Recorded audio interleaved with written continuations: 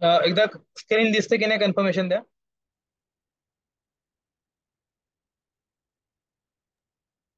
Yes. Okay, ठीक आहे. आता आपण काय करू, आपण जे कन्सेप्ट शिकलोय ते आता आपण अप्लाय करू. हं? आणि आपली जी साईट आपण आतापर्यंत करत होतो ते आपण प्रोग्राम मध्ये जाऊ. आणि ही साईट आपण करत होतो, तर ही आपण काय वापरून करत होतो, तर normal I T C S S selector name. आता आपण एक जात सगळं काय करू, एक्सपाथ वापरून सगळ्याच्या सगळं पुढे प्रोसीड करू, जे आपल्याला एक्सपाथ वर कमांड येईल. ठीक आहे. तर मी एकदा ही रन करून बघतो की कुठल्या स्टेटमध्ये आहे, वर्क होते की नाही, म्हणजे आपल्याला पुढे एक्सपाथ वापरायला direct.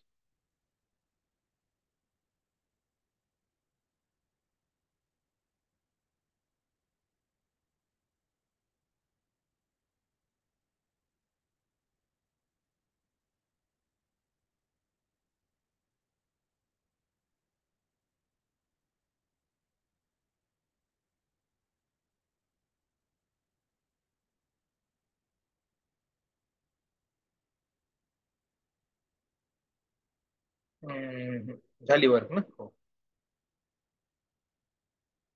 Number of elements find out केले नाही. ठीक आहे. आणि इथे आपल्याला प्लीज साईट ओपन नाहीये. एकदा मी हे ओपनच ठेवतो, म्हणजे आपल्याला याच्यावर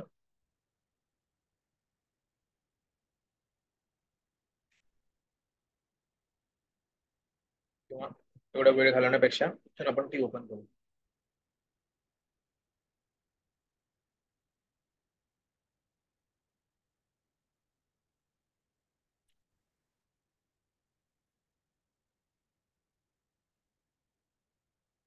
ठीक आहे. आता आपण आतापर्यंत काय वापरत होतो, सगळीकडे I D user name send keys वापरत होतो. सॉरी, आय डी वापरत होतो, सीएसएस सिलेक्टर वापरत होतो, name name partial link test. हे सगळे आपण काय करू, एक्सपाथने रिप्लेस करू पहिले. असं आता पुढे पुढे जात राहू. आणि आता याच्या पुढे आपण एक्सपाथ वापरणार सगळीकडे. ठीक आहे. कारण मला एका कुठल्या तरी गोष्टीवर मास्टरी अपेक्षित आहे, तर ती तर माझी एक्सपाथवर आहे, त्याच्यामुळे तुमची पण एक्सपाथवरच तुम्ही करा. त्याच्यात पण कोणाला सीएसएस सिलेक्ट वापरत असेल, आवडत असेल, ते तुम्ही करू शकता. पण उलट सुलट कसंही प्रोसीड करायला सगळ्यात जास्त आतापर्यंत मला हेल्पफुल एक्सपर्ट ठरले, त्याच्यामुळे मी एक्सपाथवर जास्त रिलाय करतो. त्यामुळे आपण आता काय करू, तुमची एक कुठलं तरी घ्या आणि त्याच्यातच ठेवा, म्हणजे उद्या इंटरव्ह्यू साठी तुम्ही हँड्स ऑन मध्ये एकदम तयार राहाल. क्विकली तुम्हाला तिथे मिनिट्स, विदिन अ मिनिटच तुम्हाला त्याच्यात एक्सपाथ करून ते सगळं पुढं कन्सोलवर काम करता येईल. ठीक आहे. तर त्याच्यामुळे आता याच्या पुढे आपण सगळीकडे एक्सपाथ वापरणार आहोत. हे तुम्हाला फक्त माहितीसाठी सांगितले मी. यूज आय टी एक्सपाथ हे थेरॉटिकल उत्तर देण्यासाठी इंटरव्ह्यू मध्ये. पण आपण अप्लाय करताना मास्टरी कुठल्या तरी एकाच ठेवायची. तर ती आपण आता एक्सपाथ मध्ये आपल्या क्लास पुरतं पुढे आपण ठेवू. तुमचं इंडिव्हिज्युअल तुम्हाला जे पाहिजे ते तुम्ही करा. आता आपण जाऊ आणि इथे एक एक इन्स्पेक्ट करू. आता बघा, इथे आपण आयडी बाय आयडी केलं होतं. तर इथे याचा एक्सपाथ फाइंड करायचा आहे, तर आपल्याला काही युनिक फाइंड आउट करायला लागेल. तर युनिक कसा, याचा एक्सपाथ कसा फाइंड करायला आता, पटापट. पहिलं तर डबल स्लॅश. ठीक आहे. त्याच्यानंतर हे काय होता, इनपुट होता, त्याच्यामुळे त्याचा टॅग नेम इनपुट. ठीक आहे. त्याच्यानंतर स्क्वेअर ओपनिंग क्लोजिंग ब्रेस. त्याच्यानंतर at the rate attribute name. आता याच्यात किती ऍट्रिब्यूट आहेत, याचा एक्सपाथ किती पद्धतीने फाइंड केला जाऊ शकतो, याचा पहिला तर विचार करा. पण युजर नेम केला, त्याच्यात ऍट्रिब्यूट किती आहेत बघा. क्लास आहे, त्याच्यानंतर प्लेस होल्डर आहे, टाईप आहे, डेटा टेस्ट आहे, आयडी आहे, नेम आहे, ऑटो करेक्ट आहे, ऑटो कॅपिटलाइज आहे. एवढे ऍट्रिब्यूट आहे त्याच्या आतमध्ये एका या टॅग इनपुट टॅग मध्ये एवढे ऍट्रिब्यूट आहेत. त्याच्यामधले कॉमन सेन्स वापरायचा. कुठले वापरायचे, तर आता क्लास वापरून उपयोग नाही, इनपुट एरर फ्रॉम इनपुट आहे. तो युनिक वाटत नाही असं कोणाला दुसऱ्याला पण असू शकतं. पण हे आहे युजर नेम, आणि इथे placeholder user name unique दिसतंय, data type user name unit दिसतंय, आयडी युजर नेम युनिक दिसतंय, नेम युजर नेम युनिक दिसतंय. परत हे ऑटो करेक्ट ऑफ हे कुठे पण असू शकतं, ऑटो कपिलाइज ऑफ हे कुठल्या पण टॅगला असू शकतं. त्यामुळे हे घेण्यात काय पॉईंट नाहीये. कुठले घेऊ शकता तुम्ही याच्यामधले, कॉमन सेन्स वापरला तर प्लेस होल्डर आयदर घेऊ शकता, त्याच्यानंतर डेटा टाइप घेऊ शकता, आयडी घेऊ शकता, किंवा नेम. हे युनिक आहेत, त्यामुळे याच्यामधला कुठला पण घ्या. ठीक आहे, तुम्हाला जो पाहिजे तो घ्या. तर आता जर आपण आयडी करून घ्यायचा असेल तर फक्त इथे आयडी भरा. @टॅग कुठला टाका, आयडी, ठीक आहे, is equal to single united comma आणि याच्यामध्ये ते आयडीची टाका व्हॅल्यू. आला, वन ऑफ वन आला, आयडेंटिफाय झाला. पण जरुरी नाही की तुम्ही हे आयडीच वापरा. ठीक आहे, तुम्हाला जर उद्या वाटलं डेटा बेस वापरायचं आहे तर इथं टॅग फक्त बदला, डेटा बेस करा आणि युजर नेम फक्त त्याच्या आतमध्ये असेल, त्याचं जी व्हॅल्यू आहे त्याचा स्पेस डॅश नाहीये मध्ये युजर नेम, तेवढंच करा फक्त. डेटाबेस मध्ये युजर नेम टॅगची काय व्हॅल्यू अशी आहे, त्यांनी पण तो आयडेंटिफाय. उद्या तुम्हाला वाटलं नेम वापरा, इथे नेम वापरा. काय वापरत आहे महत्वाचं नाही, ते युनिकली आयडेंटिफाय करतंय की नाही हे महत्वाचं आहे. कळतंय? त्याच्यामुळे कुठल्याही यांनी करा. ठीक आहे, तर आपण आता आयडीने ठेवू सध्या, कारण ते नोन टॅग आहे ना, तुम्हाला सोपं जाईल वाचायला नंतर परत. आयडी ठेव, तर आयडेंटिफाय झाला, बरोबर आहे. कंट्रोल ए करा, याला कंट्रोल सी करा, कॉपी करून घ्या म्हणजे. आणि इथे आता तुम्ही काय करणार, बाय डॉट आयडी नाही करणार, तर बाय डॉट काय करणार इथं, तर बाय डॉट एक्सपाथ करणार.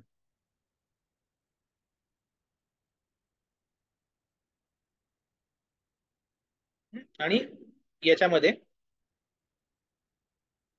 त्याचा एक्सपाथ टाकणार फक्त. ठीक आहे, ऍज इट इज एक्सपाथ टाकला. आता बघा, इथे तर मी फाइंड आउट पण नाही करणार, कारण सीएसएस सिलेक्टर माझ्याकडे आहे. त्या सीएसएस सिलेक्टरवरनं मला एक्सपाथ लगेच बदलता येणार. सीएसएस सिलेक्टर आणि एक्सपाथ मधला फरक काय बघा, याच्यामध्ये बघा. हे दोन बघून तुम्हाला फरक कळेल की सीएसएस सिलेक्टर मध्ये हा विचारता आता, सीएसएस सिलेक्टर मध्ये डबल स्लॅश नसतो, नुसतं इनपुट म्हणजे एकदम शॉर्टकट आहे. @ पण नसतो. हम्म? आणि जर हा, इथे मी तुम्हाला आपल्याला हे रूल सांगितले होते सीएसएस सिलेक्टरचे, अगर तुम्हाला हे रूल आठवत असतील, जर आयडी असेल तर हॅश असतो. इथे आपण आयडी वापरलाय, हॅश आलाय म्हणजे तुम्हाला लगेच काय समजून जायचं, पासवर्ड हा काय आयडी आहे. त्यामुळे @आयडी पण गेला मधला, इज इक्वल टू पण गेला मधला, सिंगल युनिटेड कॉमा पण गेला मधला. किती शॉर्टकट झाला बघा सीएसएस सिलेक्टर. म्हणजे जर तुम्हाला वापरायचं असेल शॉर्टकट सगळ्यात चांगला, तर सीएसएस सिलेक्टर बेस्ट आहे. ठीक आहे, पण जे ऍक्सेस एक्सपाथ देतं ते तो देत नाही, म्हणून जरी एक्सपाथला थोडं जास्त लिहायला लागतंय तरी तो प्रेफर करतोय आपण. पण जर तुम्ही कम्पेअर केलं तर सेम आहे, हा टॅग आणि एक्सपाथचा हे आणि हे सेम आहे, फक्त इथे युजर नेमच्या जागी पासवर्ड आहे.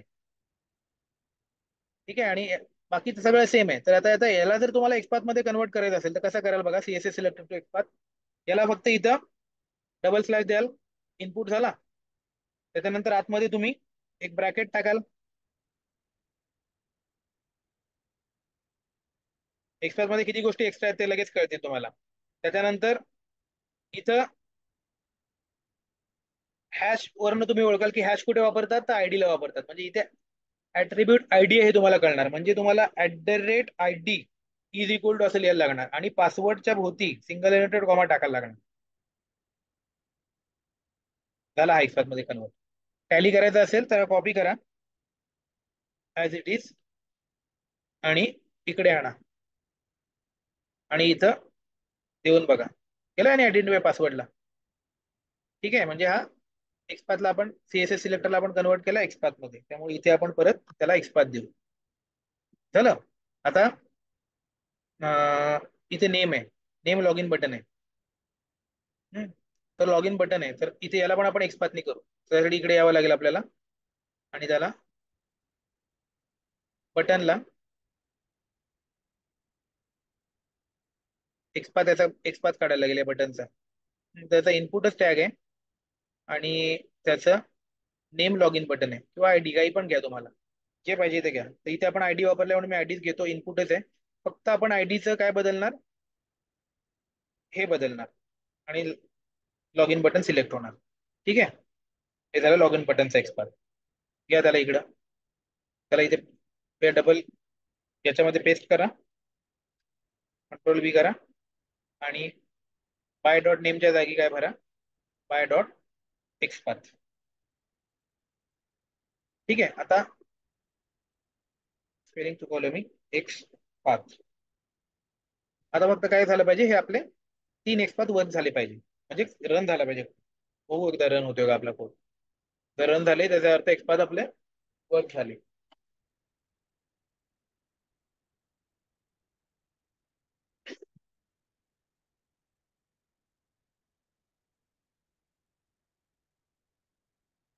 झाले, कोड आपला पुढे परफेक्ट वर्क झाला.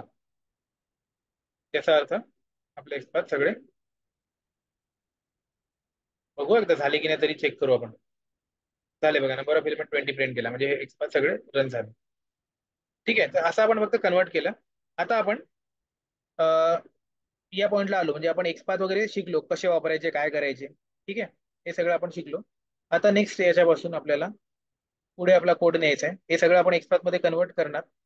आणि पुढे नेक्स्ट आपल्या लेक्चरला आपल्याला बेसिक जे बिल्डिंग ब्लॉक होते ते आता तुम्ही शिकलोय आपण. हा, म्हणजे जसं आपण तिकडे व्हेरिएबल, इफ एल्स, हे जे बिल्डिंग ब्लॉक होते ना ह्याचे, लूप, जावाचे, ते शिकलो पहिले. आणि मग ऍक्च्युअल जावामध्ये घुसलो, ऑब्जेक्ट ओरिएंटेड प्रोग्रामिंग कन्सेप्ट मध्ये. तसे आता आपण बिल्डिंग ब्लॉक शिकलोय. आता आपण त्याचे काही फंक्शन्स शिकायचे आहेत, अजून थोडे फंक्शन बाकी आहेत. आणि मग आपल्याला पुढे जायचं आहे, ते म्हणजे आता काही उद्या मेथड्स, नेक्स्ट पासून आपल्याला याच्या मेथड्स शिकायचे आहेत. आणि त्याच्यानंतर आपल्याला वेगवेगळे वेब एलिमेंट कसे हँडल करायचे. म्हणजे हे बघा, हे सगळे radio button, checkbox, drop down, frames, popup, tables, हे कसे हँडल करायचे, हे सगळं आपल्याला बघायचं आहे पुढे. ठीक आहे, तर आता सेलेनियम मध्ये आपण कोर पार्ट आपला सुरू झालाय. चालतंय, तर मला वाटतंय शेअरिंग थांबवतो. कोणाला काय डाऊट असतील ते विचारा.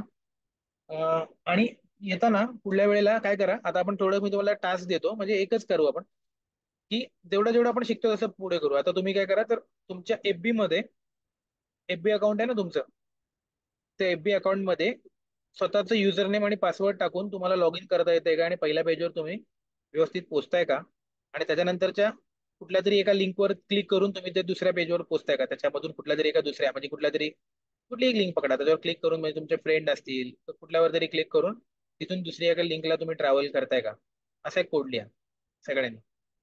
आणि पुढल्या वेळी येताना तेवढं तुम्ही करून या, की एफबी चे सगळ्यांनी आपापले अकाउंट ओपन केलेत, तुमचा युजर नेम पासवर्ड, मग तो कोड दाखवू नका इथं मला, कारण तुमचा पासवर्ड असेल त्याच्यामध्ये, बरोबर.